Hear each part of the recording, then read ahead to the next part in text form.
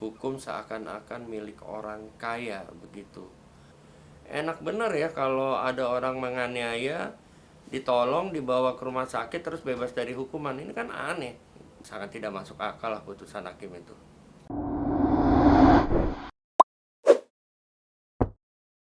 Saya itu aneh sekali ya.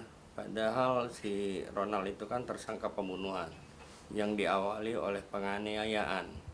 Ya, oleh karena itu aneh nih apa yang menjadi dasar hukum hakim itu memutus bebas kepada yang bersangkutan. Ya, kalau orang sudah melakukan penganiayaan ya, terus dia mencoba menolong, berarti kan ada indikasi dia tuh penyesalan seperti itu. Nah, tapi penyesalan kan tidak serta-merta alasan itu memutuskan hakim bebas. Ya, karena penganiayaan sudah terjadi. Apa dasarnya hakim dengan memberikan napas buatan terus membawa ke rumah sakit lalu membebaskan pelaku penganiayaan berat, itu kan tergolong berat ya. Oleh karena itu sangat tidak masuk akal lah putusan hakim itu. Kalau banyaknya alkohol, bener nggak otopsinya karena kelebihan alkohol, meninggal akibat karena overdosis misalnya alkohol, minum terlalu banyak begitu kan.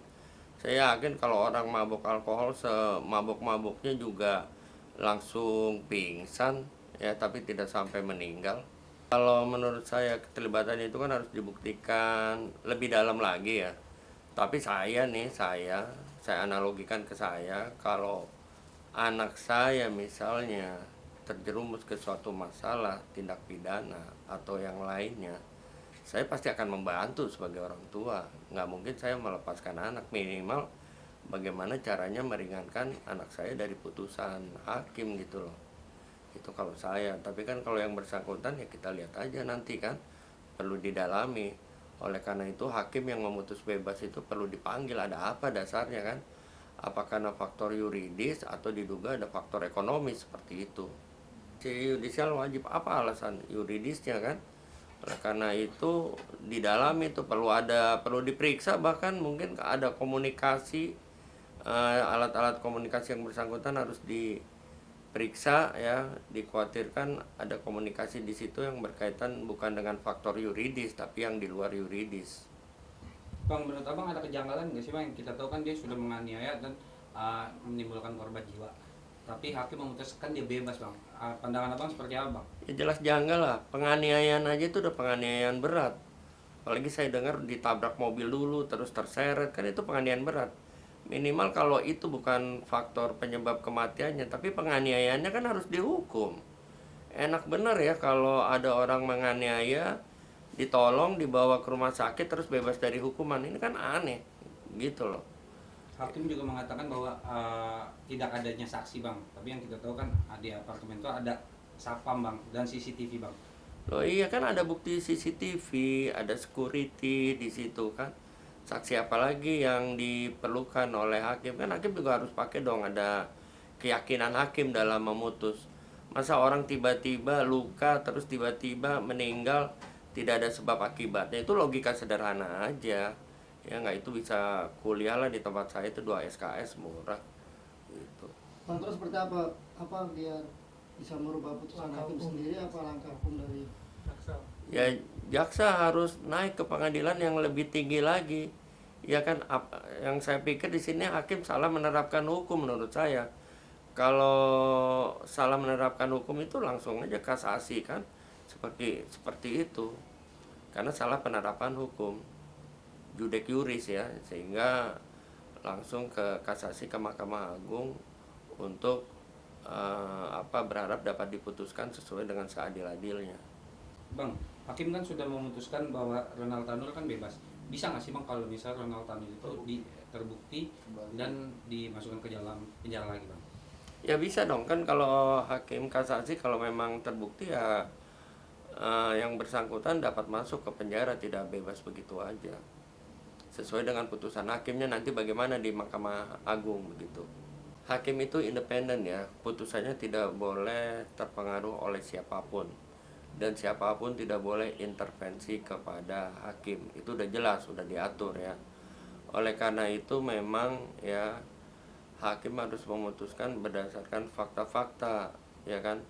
di persidangan, apa aja fakta-fakta yang di persidangan. Oleh karena itu, saya berharap apapun putusan hakim tidak boleh terpengaruh oleh siapapun. Tapi yang jelas bahwa putusan bebas ini kalau menurut saya ya, berdasarkan informasi-informasi yang ada, itu mencederai rasa keadilan di masyarakat. Bukti mencederai rasa keadilan di masyarakat itu banyak tanggapan negatif kan akhirnya dari masyarakat terkait putusan tersebut. Ini dia masalahnya ya, berdasarkan pengalaman ya dari kasus-kasus yang ada di masyarakat ini benar-benar sangat mengecewakan ya. Hukum terlihat tajam ke bawah, tumpul ke atas. Hukum seakan-akan milik orang kaya begitu ya, yang dapat mendapat keadilan hanya orang-orang kaya. Oleh karena itu, dengan kasus ini saya berharap nih lembaga-lembaga peradilan ini segera ya, menggunakan lah, bukan dalam arti segera tuh menggunakan nurani lah ya, untuk berlaku secara profesional aja lah. Jangan karena sesuatu akhirnya mencederai rasa keadilan di masyarakat. Oleh karena itu, kalau saya berasumsi kalau hukum dapat ditegakkan, bisa sebagai panglima di republik ini, tentu saja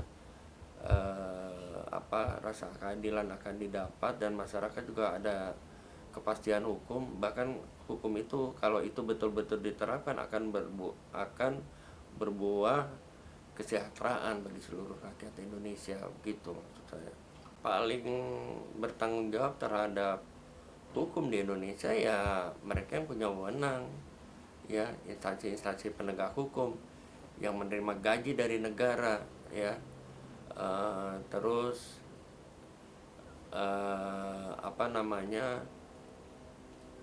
yang mempunyai kewenangan lebih ya, maksud saya kewenangan lebih dalam rangka penegakan ini, dan mereka digaji negara, difasilitasi oleh negara, dan yang membiayai mereka adalah rakyat melalui pajaknya.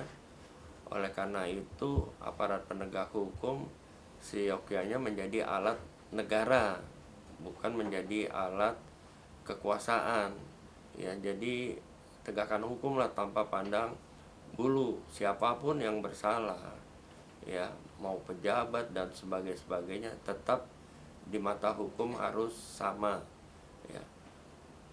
Oleh karena itu, mereka nih yang berada di instansi penegak hukum seyogyanya menggunakan tadi, kembali lagi, hati nurani agar hukum dapat ditegakkan.